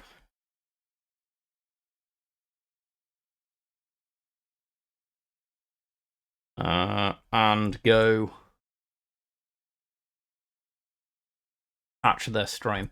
Redson does awesome streaming, one of my favourite streamers to follow, and one of the nicest people I have met in this game. And if Henry is going live... Ooh, there we go. Henry sent me a collaborate. Ooh, don't know how this works. This could be interesting.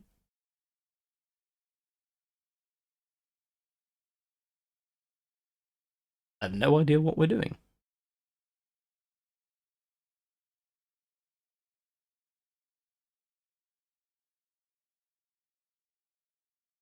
No? That's fine. Let me do this. Pop out of Henry's stream that I actually... that was interesting. I've not been through that experience before. However, if you are in fact about to stream, let me know when you go live and we'll drop you a quick raid. Otherwise, we'll catch you. Also.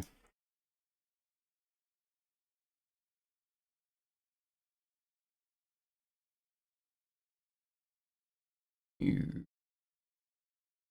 not on Discord.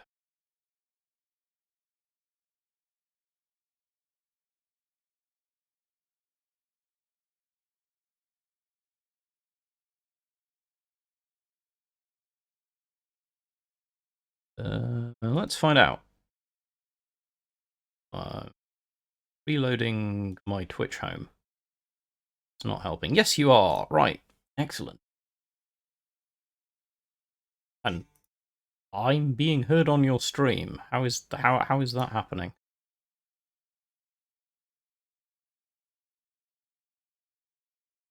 Marginally terrifying. We'll figure this out in a minute, but first of all, let's go raid Henry.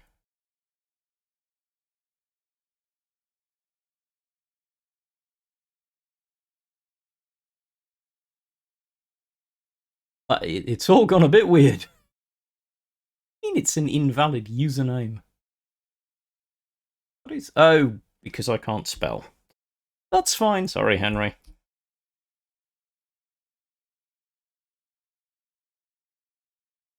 There we go. Right, let's... Henry... like 5 seconds. As always, take care of yourselves, be good human beings, and I will catch you next time.